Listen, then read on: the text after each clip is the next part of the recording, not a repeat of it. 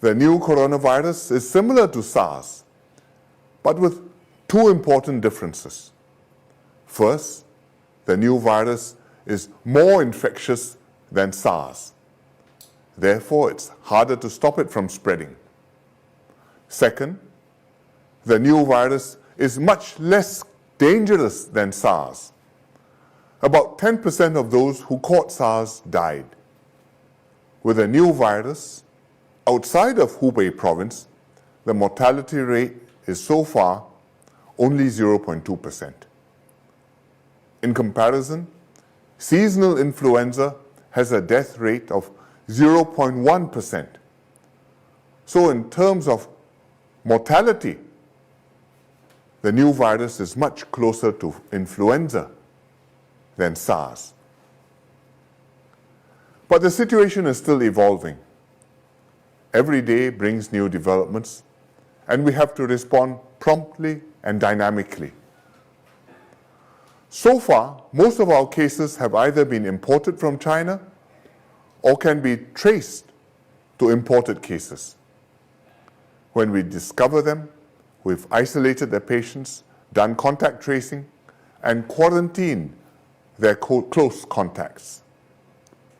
This has contained the spread and helped stamp out several local clusters. But in the last few days, we've seen some cases which cannot be traced to the source of infection. These worried us because it showed that the virus is probably already circulating in our own population. And this is why we raised the DORSCON to orange yesterday and are stepping up measures. We are reducing mingling in schools.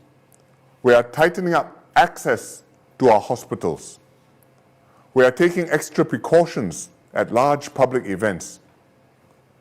I have already postponed my Chinese New Year Istana Garden party for grassroots leaders, which was to be held tomorrow. We have raised DORSCON to orange before. You may not even remember, but this was in 2009 for the H1N1 swine flu. So there's no reason to panic. We're not locking down the city or confining everybody to stay at home. We have ample supplies. There's no need to stock up with instant noodles or tin food or toilet paper, as some people did yesterday. Whatever the situation, we can each do our part. 1, observe personal hygiene. Wash your hands often. Avoid touching your eyes or face unnecessarily. 2, take your own temperature twice daily. And 3, if you're not well, please avoid crowded places and see a doctor immediately. These simple steps don't take much effort, but if we all do them, they will go a long way towards containing the spread of the virus.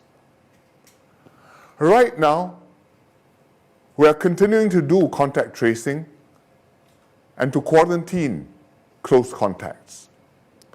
But I expect to see more cases with no known contacts in the coming days. If the numbers keep growing, at some point, we will have to reconsider our strategy. If the virus is widespread, it's futile to try to trace every contact. If we still hospitalize and isolate every suspect case, our hospitals will be overwhelmed. At that point, provided the fatality rate stays low, like flu, we should shift our approach. Encourage those who only have mild symptoms to see their family GP and rest at home instead of going to the hospital. And let hospitals and healthcare workers focus on the most vulnerable patients, the elderly, young children, and those with medical complications. We are not at that point yet. It may or may not happen, but we are thinking ahead and anticipating the next few steps. And I'm sharing these possibilities with you so that we are all mentally prepared for what may come. I am confident of the medical outcome of this outbreak. Most Singaporeans should remain well, and of those who get ill, most should expect to recover.